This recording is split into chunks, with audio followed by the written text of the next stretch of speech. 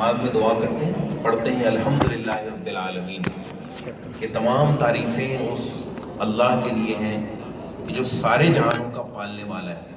تو اللہ تعالیٰ ہمیں ماں کے پیٹ سے پالنا شروع کر دیتے ہیں، اور ہر موقع پر ہر لمحے اللہ کی جو نعمتیں ہیں اس میں ہم ڈوبے ہوئے ہیں، اور وہ اتنی نعمتیں ہیں کہ اللہ تعالیٰ خود اس کے بارے میں ارشاد فرماتے ہیں، اگر تم اس کو شمار کرنا چاہو تو شمار نہیں کر سکتے۔ وَإِن تَعُدُّوا نِعْمَتَ اللَّهِ لَا تُحْصُوهَا، کہ تم اس کو شمار نہیں کر سکتے، تمہارے اوپر کتنی نعمتیں ہیں۔ کچھ نعمتیں تو انسان نے ڈسکور کر لی ہیں، ابھی بہت سی نعمتیں باقی ہیں جو اس نے ڈسکور کرنی ہیں،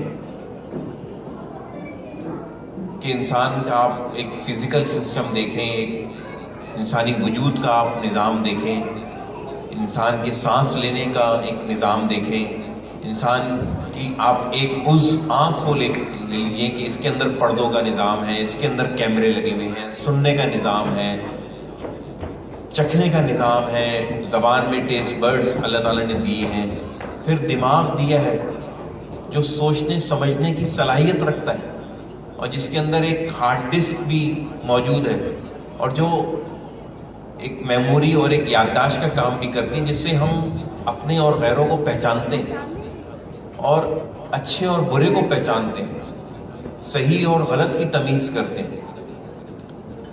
یعنی جب اللہ تعالیٰ حفاظت فرمائے، جب کوئی نعمت زائل ہو جاتی ہے یا چلی جاتی ہے تو اس وقت احساس ہوتا ہے کہ اللہ کی کتنی بڑی نعمت تھی کہ جو ہمیں ملی ہوئی تھی۔ ذرا سی ہمیں کوئی جو ہے ذرا سا بخار آ جائے تو جسم میں ٹوٹن ہو جاتی ہے، ہم کہتے ہیں کہ یار یہ اللہ تعالیٰ کی کتنی بڑی نعمت تھی کہ ہم صحیح سالم تھے اور باڈی کا ٹیمپریچر نارمل تھا اور ہم سارے کام کرتے تھے، اور پھر بھی اس کا شکر ادا نہیں کرتے اللہ تعالیٰ کا۔ اللہ تعالیٰ فرماتے ہیں وَقَلِيلٌ مِّنْ عِبَادِيَ الشَّكُورُ، میرے بندوں میں بہت ہی تھوڑے ہیں جو شکر ادا کرتے ہیں، بہت ہی تھوڑے ہیں۔ تو صرف اس وقت ایک احساس ہوتا ہے کہ اللہ کی کتنی بڑی نعمت تھی جو مجھ پر تھی، اور جیسے میں نے عرض کیا کہ کتنی نعمتیں ہیں جس کا بھی انسان کو احساس اور ادراک نہیں ہوا ہے۔ تو ایک نیا رشتہ وجود میں آنے والا ہے۔ اس موقع پر نبی کریم صلی اللہ علیہ وسلم نے ان آیات کو جو انتخاب کیا ہے اس میں تقوی کا حکم دیا ہے کہ اللہ سے ڈرو، کیونکہ کوئی بھی رشتہ، کوئی بھی کانٹریکٹ، کوئی بھی ڈیل، کوئی بھی ریلیشن شپ اس وقت تک کامیاب نہیں ہو سکتی جب تک دونوں فریقین اور جانبین اور دونوں پارٹیز کے اندر اللہ کا خوف نہ ہو۔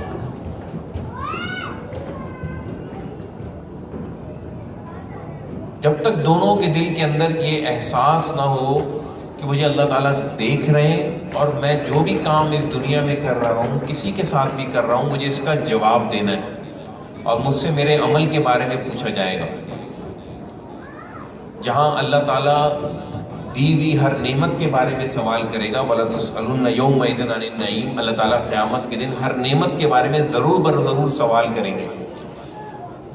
وہاں ہمارے اعمال اور ہمارے برتاؤ کے حوالے سے بھی سوال ہوگا۔ تو نبی کریم صلی اللہ علیہ وسلم نے ہمیں یہ تعلیم دی اس موقع پر، خصوصاً جن کی شادی ہو گئی ہے، جن کی شادی ہونے جا رہی ہے اور جن کی شادی نہیں ہوئی ہے، کہ ہر رشتے کی کامیابی کا مدار اس میں ہے کہ اللہ کا خوف ہو، کہ میرا ایک پیدا کرنے والا ہے، میرا ایک پالنے والا ہے، میرا ایک وجود دینے والا ہے اور مجھے یہاں بھیجنے والا ہے، اور یہ نعمتیں ساری جو دی ہیں اللہ تعالیٰ نے، یہ ایک امتحان ہے میرا، اور میں ہر وقت ایک ٹیسٹ سے گزر رہا ہوں، ایک امتحان سے گزر رہا ہوں، اور مجھے نہیں معلوم کہ میرا یہ امتحان اور یہ میرا یہ ٹیسٹ کس وقت ختم ہو جائے، لہذا میں نے اپنے ٹیسٹ کی تیاری ہر وقت کمپلیٹ رکھنی ہے، اور میں نے کوئی کام پینڈنگ میں نہیں چھوڑنا۔ تو اللہ تعالیٰ نے ہمیں اس دنیا کے اندر ایک امتحان کے لیے بھیجا ہے، اور اس امتحان میں سب سے بڑا جو امتحان ہے وہ میاں بیوی کا رشتہ ہوتا ہے، کیونکہ بحیثیت انسان، بحیثیت فرد، میں گھر کے باہر بہت اچھا انسان بن سکتا ہوں، لوگوں کو دکھا سکتا ہوں۔ میں بحیثیت ایک کاروبار 8 گھنٹے اپنے لوگوں کے ساتھ، اپنے کولیگ کے ساتھ، اپنے ورکر کے ساتھ ایک بہت اچھا باس بن سکتا ہوں، ایک بہت اچھا کولیگ بن سکتا ہوں۔ میرا سب سے بڑا امتحان میرے اپنے گھر کے اندر ہے کہ وہاں میرے سارے رویے کھل کے سامنے آ جاتے ہیں۔ یہی وجہ ہے کہ نبی کریم صلی اللہ علیہ وسلم نے جو کسی انسان کی اچھائی کا جو معیار مقرر کیا وہ یہ کیا کہ تم میں بہتر وہ ہے جو اپنے گھر والوں میں بہتر ہے۔ خیرکم خیرکم لأہلہ، کیونکہ وہاں انسان کے پاس ساری پاورز موجود ہوتی ہیں، وہاں وہ اپنی فیملی کا بریڈ ارنر بھی ہوتا ہے، اور انسان کی ایگو بھی ہوتی ہے کہ بھائی اس گھر کو میں چلا رہا ہوں، اس گھر کے سارے خراجات میں اٹھا رہا ہوں، میں سب سے بڑا ہوں، میں باپ ہوں، میں مرد ہوں، تو وہاں ساری پاور اس کے پاس ہوتی ہے۔ تو اصل امتحان انسان کا اس کے گھر میں ہے کہ وہ گھر والوں کے ساتھ کیا سلوک کرتا ہے، اور اس کو یہ بھی اندازہ ہوتا ہے کہ یہ گھر والے جو ہے میرے آگے بہت کمزور ہیں، نہ یہ پولیس میں جا سکتے ہیں، نہ یہ کورٹ میں جا سکتے ہیں۔ تو انسان ایک مکمل طور پر جو ہے وہاں پہ آزاد ہوتا ہے۔ تو نبی کریم صلی اللہ علیہ وسلم نے فرمایا کہ تم میں بہتر وہ ہے جو اپنے گھر والوں میں بہتر ہے، اور پھر فرمایا کہ وَأَنَا خَيْرُكُمْ لِأَهْلِي، اور میں اپنے گھر والوں میں بہتر ہوں، اوکے، میں اپنے گھر والوں کے ساتھ بھی بہترین سلوک کرتا ہوں۔ آپ نے اپنے آپ کو مثال کے طور پہ پیش کیا کہ وَأَنَا خَيْرُكُمْ لِأَهْلِي۔ تو انسان کا سب سے بڑا امتحان جو ہے وہ اس کے گھر میں ہے، جہاں اس کے پاس سارے اختیارات ہوتے ہیں، اور پھر وہاں پہ اللہ تعالیٰ یہ دیکھتے ہیں کہ یہ مجھ سے کتنا ڈرتا ہے۔ اللہ تعالیٰ قرآن کریم میں فرماتے ہیں کہ لوگ یہ سمجھتے ہیں کہ صرف اتنا کہنے پر چھوڑ دیے جائیں گے کہ ہم ایمان لائے، اور کیا وہ امتحان میں نہیں ڈالے جائیں گے؟ بلا شبہ وہ امتحان میں ڈالے جائیں گے، اور تم سے پہلے لوگوں کا بھی امتحان لیا گیا ہے۔ بس اللہ نے جان لیا اس امتحان کے بعد کہ کون لوگ اپنے ایمان میں سچے تھے اور کون لوگ اپنے ایمان میں جھوٹے تھے۔ جب ہم زبان سے ایمان لاتے ہیں تو ہم یہ در حقیقت اسلام قبول کرتے ہیں۔ ایمان تو وہ ہے کہ جو دل کے اندر اتر جائے، کہ انسان کو رات کے اندھیرے میں بھی اور اکیلے کمرے میں بھی خدا یاد رہے، اور کاروبار میں بھی جہاں وہ مکمل با اختیار ہوتا ہے اپنے ملازمین کے اوپر، وہاں بھی اس کو فیصلے کرتے وقت جو ہے وہ خدا تعالیٰ جو ہے وہ یاد ہو۔ تو نبی کریم صلی اللہ علیہ وسلم نے ہمیں اس موقع پر تقوی اختیار کرنے کی تلقین فرمائی ہے، اور تقوی پیدا ہوتا ہے روزے سے، کہ جب انسان اپنے آپ کو ایک پروسیس سے گزارتا ہے، اپنے آپ کو ایک ٹریننگ سے گزارتا ہے۔ جب اس ٹریننگ سے گزارتا ہے تو اس ٹریننگ میں سے گزارنے کے بعد پھر قرآن کریم ہدایت بنتا ہے، ورنہ پڑھتے تو بہت سے لوگ ہیں، ہدایت ہر ایک کے لیے نہیں ہے، صرف قرآن کریم ان لوگوں کے لیے ہدایت ہے کہ جو متقی ہیں، جو اللہ سے ڈرتے ہیں۔ تو یہ ایک امتحان ہے، کچھ لوگ اس امتحان سے گزر رہے ہیں، کچھ اس امتحان میں داخل ہونے والے ہیں، اور کچھ لوگوں کا امتحان تھوڑے وقت کے بعد ہے۔ اس امتحان سے متعلق کچھ نصیحتیں ہیں۔ سے انڈیا کے ایک عالم ہیں مولانا وحید الدین خان، وہ فرماتے ہیں کہ شادی سے پہلے جو ہے وہ خوب دیکھو، یعنی دیکھ بھال کے رشتہ کرو، مگر شادی کے بعد ایک آنکھ بند کر لو۔ یقیناً اپنے پارٹنر کے کچھ عیوب تمہارے سامنے آئیں گے، اور تمہارے کچھ عیب، کچھ فالٹ اس کے سامنے جائیں گے۔ لہذا اگر تم دنیا میں بے عیب انسان اگر تلاش کرنے جاؤ گے تو اکیلے رہ جاؤ گے۔ لہذا اب اس رشتے کا تقاضا یہ ہے کہ تم ہر حال میں کمپرومائز کرو، اور اس کو اللہ کی طرف سے قبول کرو، اور اس کو ایکسیپٹ کرو ایز اٹ از، جیسے یہ ہے۔ اپنے لائف پارٹنر کو آئیڈیل بنانے کی کوشش نہ کرو کہ میرا لائف پارٹنر ایسا ہونا چاہیے تھا، ویسا ہونا چاہیے تھا۔ جو اللہ نے تمہارے نصیب میں لکھ دیا اس کو قبول کرو۔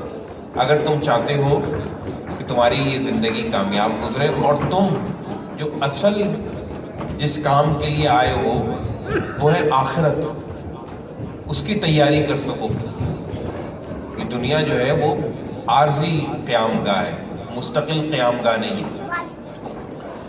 تو ایک دوسرے کے حقوق کو سمجھنا، اور حقوق کا مطلب ہمارے یہاں یہ لیا جاتا ہے کہ میرے بھائی نے جو میرے حق دینے ہیں نا وہ مجھے معلوم ہونا چاہیے۔ حقوق کا مطلب یہ نہیں ہے، حقوق کا مطلب یہ ہے کہ جو فرائض، جو واجبات، جو رائٹس میرے اوپر ہیں میں نے اپنے بھائی کے دینے وہ مجھے معلوم ہونے چاہیے۔ آج لوگوں کو یہ تو پتہ ہے مجھے فلاں سے کیا ملنا ہے اور فلاں مجھے کیا نہیں دے رہا، اسے یہ احساس نہیں ہے کہ مجھے کیا دینا چاہیے اور میں کیا نہیں دے رہا۔ یہ زیادہ اہم چیز ہے، کیونکہ مجھ سے میری چیزوں کے بارے میں سوال ہوگا۔ اگر میں نے وہ چیزیں ادا نہیں کی تو میں ازروئے قرآن جہنم میں جاؤں گا اور ایک ناکام شخص ہوں۔ اللہ تعالیٰ قرآن کریم میں کامیاب اور ناکامی کا جو معیار ہے وہ بھی بیان کرتا ہے ایک لائن کے اندر، کہ لوگ زندگی اس میں گزار دیتے نا کہ اس دنیا میں کامیاب آخر کون ہے؟ وہ کامیاب ہے کہ جس کی اولاد زیادہ ہے، وہ کامیاب ہے جس کی بینک بیلنس زیادہ ہے، وہ کامیاب ہے جس کی بزنس بہت بڑا ہے۔ کون کامیاب ہے؟ تو اللہ تعالیٰ ایک لائن میں فرما رہا ہے کہ فمن زحزح عن النار، جو آگ سے بچا لیا گیا، وادخل الجنہ، اور جنت میں داخل کر دیا گیا، فقد فاز، تو یہ شخص کامیاب ہے۔ اور مجھے نہیں پتا کہ میں نے اللہ کے ہاں کب جانا ہے، لہذا مجھے ہر وقت اس کی تیاری رکھنی ہے، ہر وقت اپنے آپ کو آگ سے بچانا ہے۔ تو ایک دوسرے کو اسپیس دیں، ایک دوسرے کے حقوق کو سمجھیں۔ ساس کو بہو کے حقوق معلوم ہونے چاہیے کہ میں اپنے بیٹے کے لیے بیوی لا رہی ہوں، میں اپنے گھر کے لیے کوئی ہیلپر نہیں لا رہی۔ عورت کی ذمہ داری نہیں ہے کہ گھر میں کھانا بنائے یا ساس سسر کی خدمت کرے۔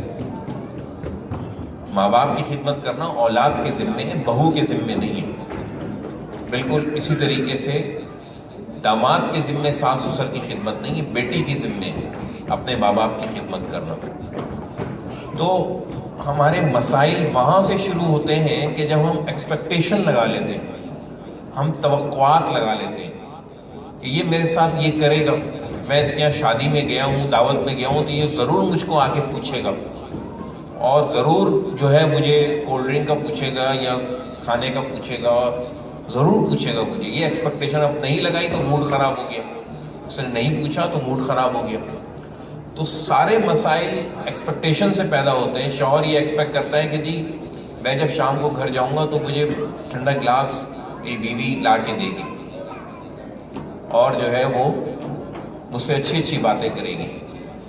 تو اب یہ ایکسپیکٹیشن لگا لی ہے، اس نے پانی لا کے نہیں دیا یا اس نے آ کے شکوے شروع کر دیے، تو وہ وہاں سے پریشانی اور ٹینشن شروع ہو جاتی ہے۔ تو یہ پریشانی اور ٹینشن بیوی کی وجہ سے نہیں ہو رہی، وہ میری اپنی ایکسپیکٹیشن کی وجہ سے ہو رہی ہے جو میں نے لگا لی تھی اور میں نے ایزیوم کر لی تھی، اور میں نے یہ سمجھا کہ بیوی تو گھر میں آرام سے رہتی ہے، حالانکہ وہ گھر کی ذمہ داریاں ادا کر رہی ہوتی ہے، وہ بچوں کو دیکھ رہی ہوتی ہے، وہ کھانا پکانے کا کام کر رہی ہوتی ہے، گھر میں ماسیوں سے کام لے رہی ہوتی ہے، وہ اپنے 10 کام اور کر رہی ہوتی ہے۔ تو ساری پرابلم اس وقت شروع ہوتی ہے کہ جب ہم ایکسپیکٹیشن دوسرے سے لگا لیتے ہیں۔ آپ یقین جانیے، آپ اپنی زندگی سے ایکسپیکٹیشن ختم کر دیجیے، آپ کی زندگی نارمل ہو جائے گی، بالکل نارمل ہو جائے گی۔ اب جب آپ کسی سے ایکسپیکٹ نہیں کریں گے اور کوئی آ کے آپ کو اگر سلام بھی کرے گا یا پانی کا بھی پوچھ لے گا، آپ کہیں گے بھائی بہت شکریہ آپ نے پوچھا۔ آپ نے ایکسپیکٹیشن لگائی گئی تھی کھانے کی اور اس نے پانی کا بھی نہیں پوچھا، تو آپ کو پریشانی شروع ہو گئی اور آپ نے یہ فیل کرنا شروع کر دیا کہ اس نے میری انسلٹ کی، مجھے بلایا اور اس نے مجھے نہیں پوچھا۔ تو اگر رشتوں میں ایکسپیکٹیشن ختم ہو جائے تو یہ رشتے سب اپنی اپنی جگہ پر آ جائیں اور بہترین ایک زندگی جو ہے وہ گزرنے لگے۔ تو یہ جو ایکسپیکٹیشن ہوتی ہے کہ جی میں بہو اس لیے لا رہی ہوں کہ جی وہ میری بھی خدمت کرے گی اور میرے شوہر کی بھی خدمت کرے گی اور میرے بیٹے کی بھی خدمت کرے گی، اور گھر میں جو میرے بچے ہیں ان کی بھی خدمت کرے گی، جو میرا بیٹا ہے اس کے چھوٹے بہن بھائی ہیں ان کی بھی خدمت کرے گی، تو یہ نہ اسلام اس کا حکم دیتا ہے کہ یہ توقع لگاؤ، نہ اسلام نے یہ بہو پر ذمہ داری لگائی ہے کہ وہ یہ کام کرے۔ اگر وہ کرتی ہے تو یہ بہت اچھی بات ہے، وہ اپنی آخرت اور اپنی جنت بناتی ہے، مگر بہو سے اس چیز کا مطالبہ نہیں کیا جا سکتا، اور اگر وہ نہ کرے تو اس کو تانا نہیں دیا جا سکتا۔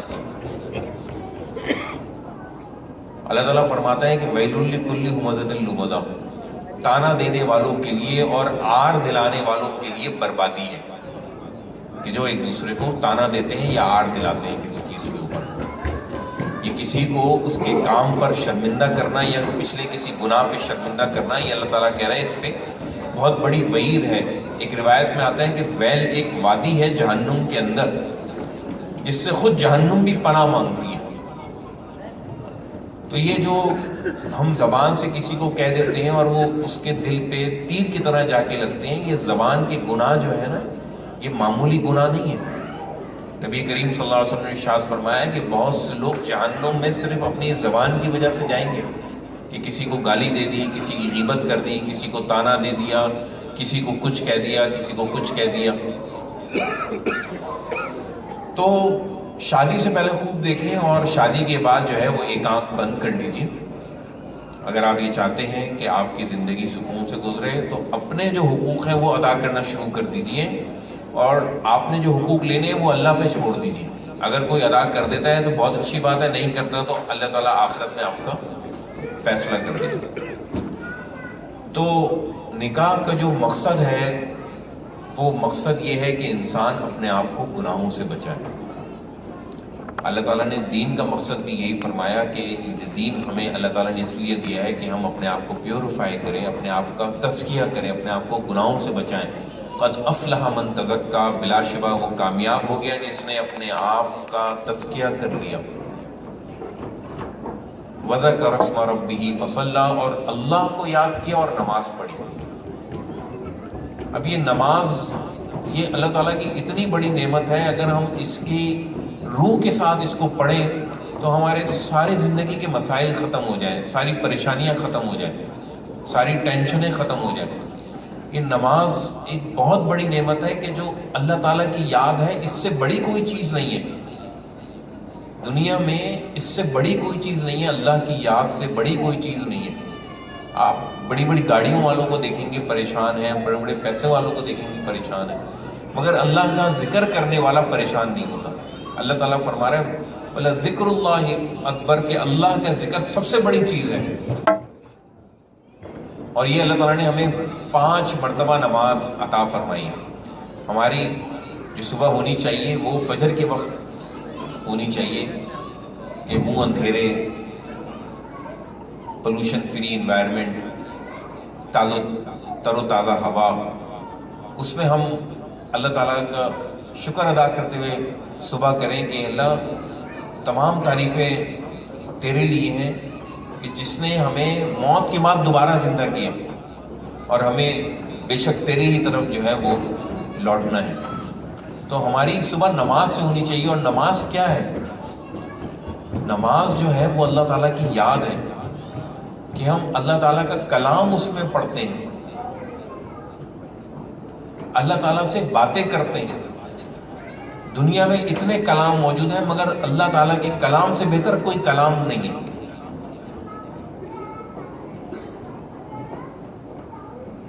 اللہ تعالیٰ قرآن کریم میں ارشاد فرماتا ہے، سورہ مریم میں اللہ تعالیٰ 12 انبیاء کا ذکر کرتے ہیں، اور پھر یہ فرماتے ہیں کہ یہ جتنے بھی رسول میں نے بھیجے، اسماعیل، ہارون، داؤد، سلیمان، موسیٰ، عیسیٰ، ابراہیم، اسحاق، یعقوب، یہ سب اولاد آدم میں سے تھے، اور ان میں سے وہ لوگ بھی تھے کہ جن کو ہم نے نوح کے ساتھ کشتی میں سوار کیا، اور یہ وہ لوگ ہیں کہ جن کو ہم نے ہدایت دی اور اپنے کام کے لیے چنا۔ اذا تتلی علیہم آیات الرحمن، ان کی کیفیت یہ تھی کہ جب ان پر رحمان کی آیتیں پڑھی جاتی تھیں، خروا سجدا وبکیا، تو یہ اللہ کے آگے روتے تھے اور سجدے میں گر پڑتے تھے۔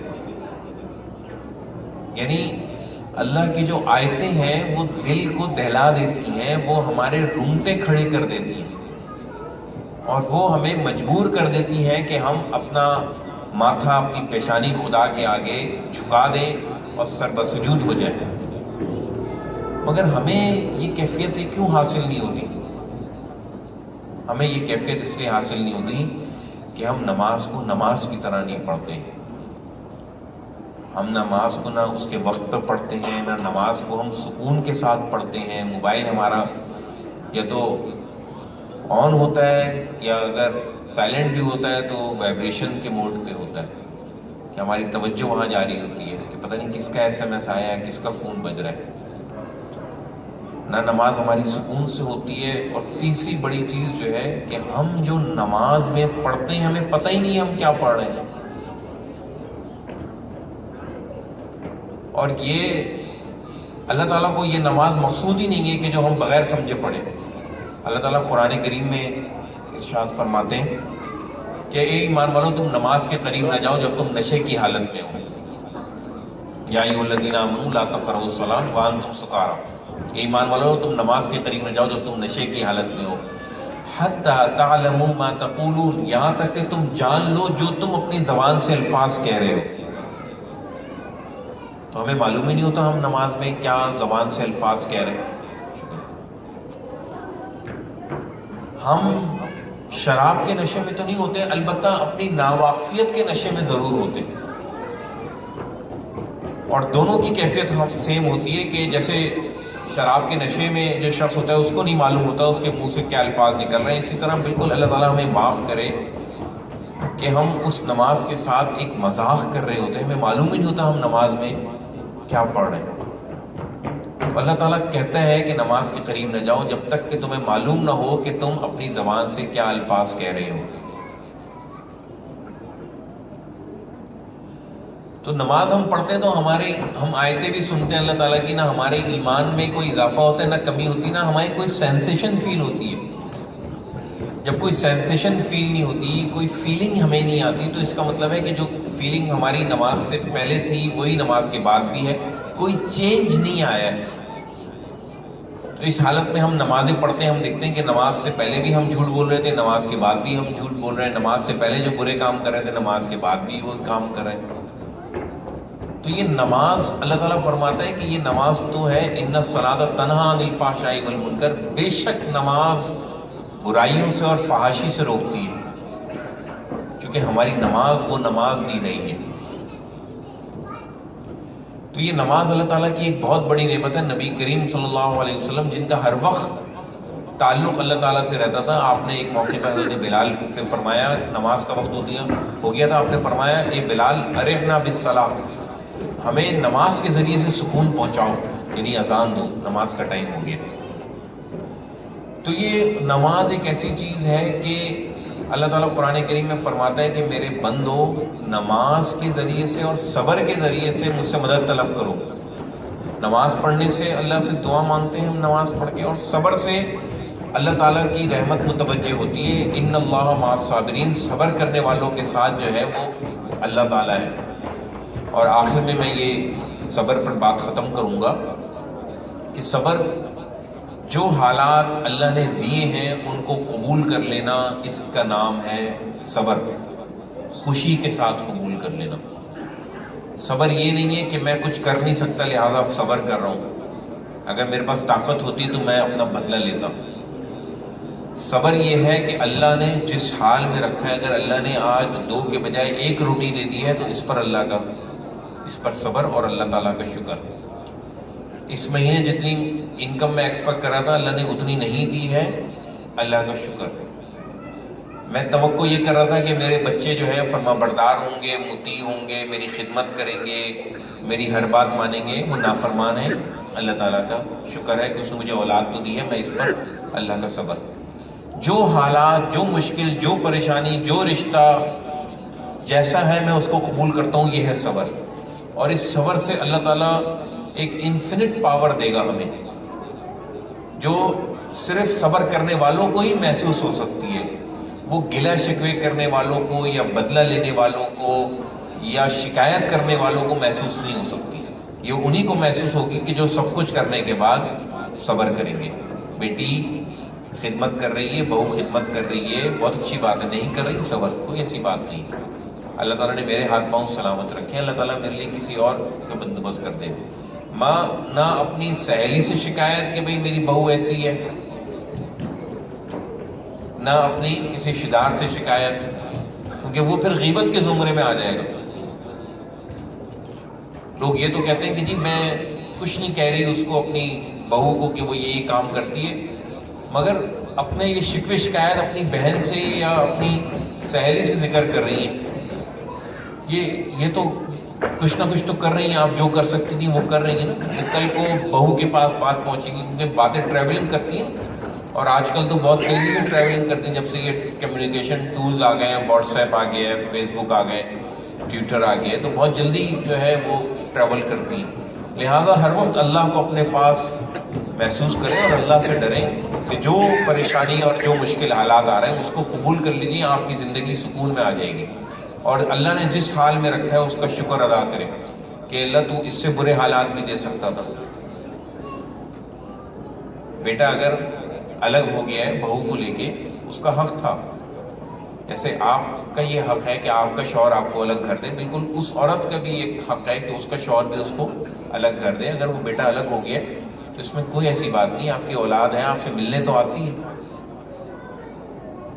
تو دوسرے کے حقوق کا خیال رکھیے، اپنے فرائض ادا کرتے رہیے، جو حالات ہوں ان پہ صبر کیجیے، اور ایڈجسٹمنٹ کی کوشش کیجیے۔ مزاج کو سمجھنے میں 10 سال 15 سال لگ جاتے ہیں، 20 سال لگ جاتے ہیں۔ سب سے زیادہ جو کمپلیکیٹڈ جو ہے وہ ہیومن سائیکی ہے، اتنی اس کی قسمیں ہیں کہ آپ سمجھ نہیں سکتے۔ تو جو جس حال میں اللہ نے رکھا ہوا ہے اس کو قبول کیجیے۔ اللہ تعالیٰ مجھے اور آپ کو ان سب باتوں پر عمل کرنے کی توفیق عطا فرمائے، ہماری اولاد کو ہمارے لیے آنکھوں کی ٹھنڈک بنائے، ہماری بیویوں کو ہماری آنکھوں کی ٹھنڈک بنائے، اور ہمیں ہر قسم کی محتاجگی سے بچائے۔ یہ جو رشتہ ایک بننے کے لیے جا رہا ہے، اللہ تعالیٰ ان کو تمام خیریں اور برکتیں عطا فرمائیں۔ جو لوگ اس رشتے سے بن چکے ہیں ان کے رشتے کے اندر اللہ تعالیٰ برکتیں عطا فرمائیں، جو پریشانیاں ہیں ان کو دور فرمائے، زندگیوں میں مزید آسانیاں عطا فرمائے۔ ہم جس مقصد کے لیے اس دنیا کے اندر آئے ہیں، آخرت کی تیاری اور اپنا تزکیہ نفس کرنے کے لیے، اپنے آپ کو پیوریفائی کرنے کے لیے، اس مقصد کو سامنے رکھتے ہوئے زندگی گزارنے کی توفیق عطا فرمائے۔ اے اللہ ہمیں دنیا میں بھی بہترین عطا فرما اور آخرت میں بھی بہترین عطا فرما، اور اے اللہ ہم سب کو